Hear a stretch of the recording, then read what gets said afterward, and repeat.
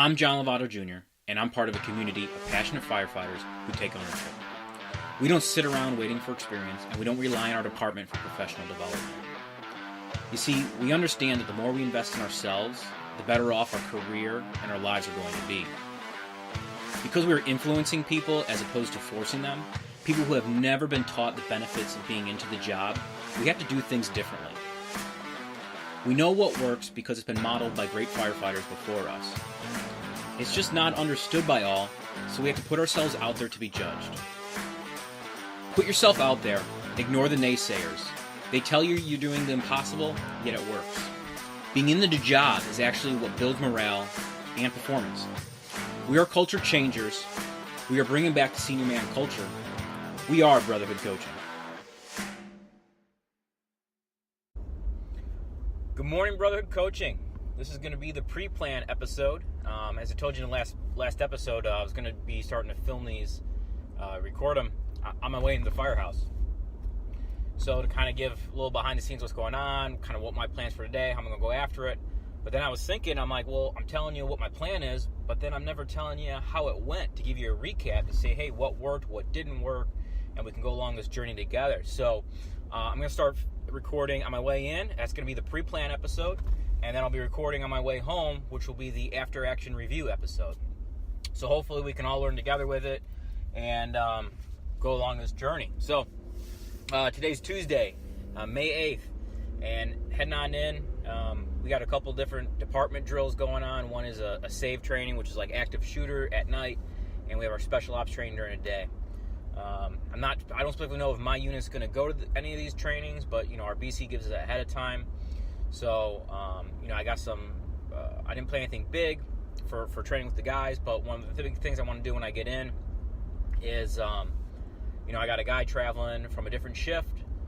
So, anytime I work with people I've never worked with before or aren't normally assigned to me, I normally put them on our secondary unit, and maybe we'll do just some basic drills with it. But I want to start working out as a group in the morning. I've done this before. I was actually talking to one of the guys that's there. And he goes, yeah, we used to do this. I said, well, as the crew changed, though, people didn't seem as interested, so I just didn't focus on it anymore. Now, the crew that relieves me, though, they all work out together, and I really think that's a good team-building exercise, working out together. Not only that, but it actually increases your energy. When you have high energy, you have high morale. Low-energy people find problems. High-energy people will fix them. So my little sneak attack here is maybe start doing some workouts in the morning and get everyone's energy even higher than it already is. And, most of my guys work out anyways, but different times of the day. So I'm just going to come up with some bodyweight workouts. I'm actually going to use that 555 fitness app. I don't know if you guys have ever been on it, but they got free workouts on there, and some of them are even like body weight, what you can do around the station. I've used it a couple times, but I'm going to try it out today, see how it goes with it. So we'll do our group workout after our roll call, and we get a quick truck and medical check. As far as training goes, we might just touch on our monthly assignment is RIT. So we're going to be practicing different skill sets you need if you're a RIT team or an activated RIT team. So probably touch on some of that. Touch on a little bit of medical with the guys. Nothing too crazy. I just actually, on my way in, I checked our work emails real quick just to see what's coming at me when I get in. I didn't see anything big on there. So, and if you haven't realized by yet, but I'm a big planning person. I like to plan events out.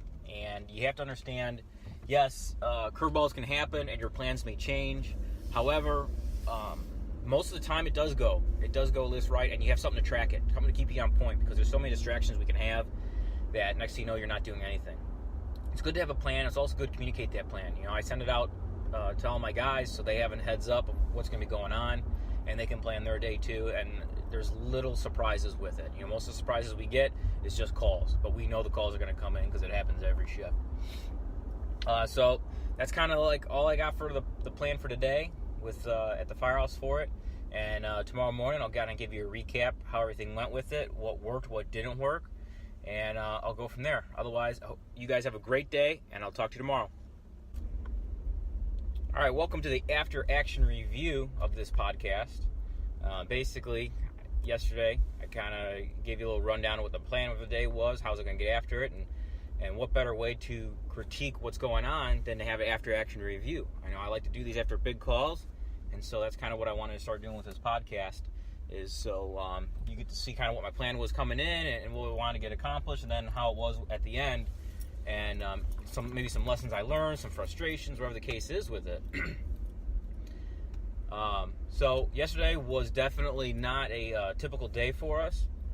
It was still busy as it usually is, but the biggest thing was we had a lot of like last minute things dropped in our lap, and we were moving around and doing a lot of coverage. So I didn't plan anything big because we actually had our special ops training during the day that I wasn't able to participate in because of staffing, and we actually had to do active shooter training at night. My station had that assignment, so we ended up my unit had to cover our station 6, and so we're the only engine within 3 stations. There's a ladder truck at one and a rescue truck at the other.